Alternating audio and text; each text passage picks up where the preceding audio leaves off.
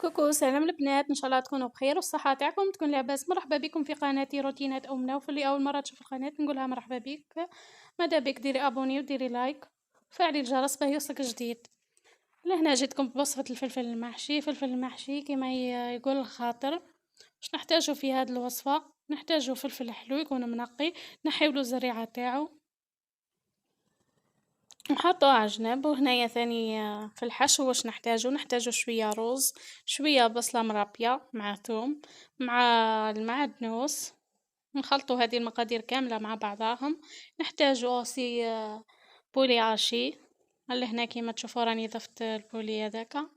نحكمو نخلطوا هذه المكونات مع بعضها. ونصيحه للبنات حطوا في حاجه شويه عريضه باه تقدروا تخلطوها وتكونوا الاز تكونوا مرتاحين. انا هنا حطيت في هذا البول كان شوية ضيق. على هذه رحت جبت هذه الغرفية كيما هيك شوية كبيرة على هذيك الأولى. وزيت زدت هنايا بيضة وشوية ليزي بيس. حطيت فلفل كحل، وحطيت توابل تاع الدجاج. اللي هنايا ضفتهم خلطهم مع بعضهم دخلوا كامل مع بعضهم. هنايا رحت جبت الفلفل كيما راكم تشوفوا راهو منقي، نحيت له زريعه وغسلته مليح. نقيته مليح. رحت جبت لهنايا مغرفه صغيره نهزو بها هذاك الحشو ونحطوه في الفلفل. لازم تعمروه مليح. وهنا ما تخافوش من هذه البنات، خلا مش رايحه تصيح لكم. هنا البنات نصيحه تانية اخرى، كي تعودوا تعمروا في الفلفل بالمغرفه هكا لازم تربزوا عليها مليح باه الكربوط تاعكم تاع الفلفل يكون محشي كامل، يجيك مكامل كيف كيف. من جهة خلاف لازم تحضروا مقلاة تحطوا فيها شوية زيت وتخليوها تسخن. كي تبدا تسخن هزو هذوما الكراب تروحوا نقليوهم فيها نحطوهم يتقلاو.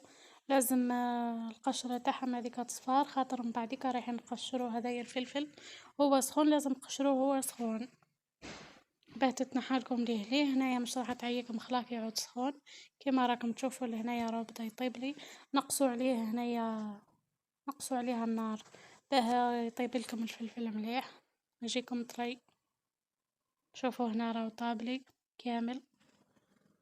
من جهة خلاف رحت درت لاصوص طوماط. كيما تعرفوا لاصوص طوماط حطيت فيها شوية تاع طماطم ربيتها وشوية تاع ثوم، شوية فلفل كحل وشوية تاع الملح وخلاص، والمعدنوس بطبيعة الحال.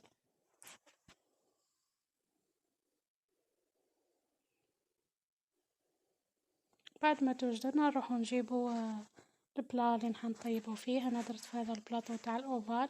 من هنا من تحت نحطو شويه ولا صوص طوماط ونستفو هذاك الفلفل كامل حدا بعضه، ونزيدو شويه صوص طوماط من الفوق باه يطيب لنا مليح.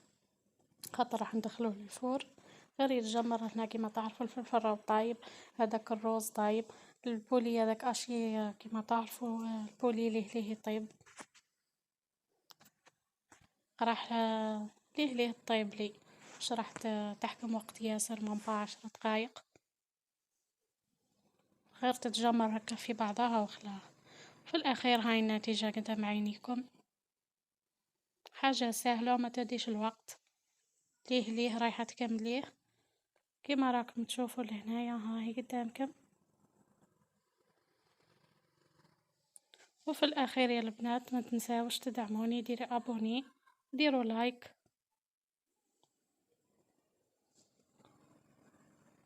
وفعلوا الجرس باه يلحقكم جديد.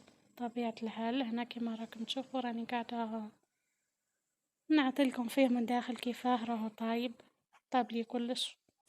والى اللقاء في فيديو جديد ان شاء الله.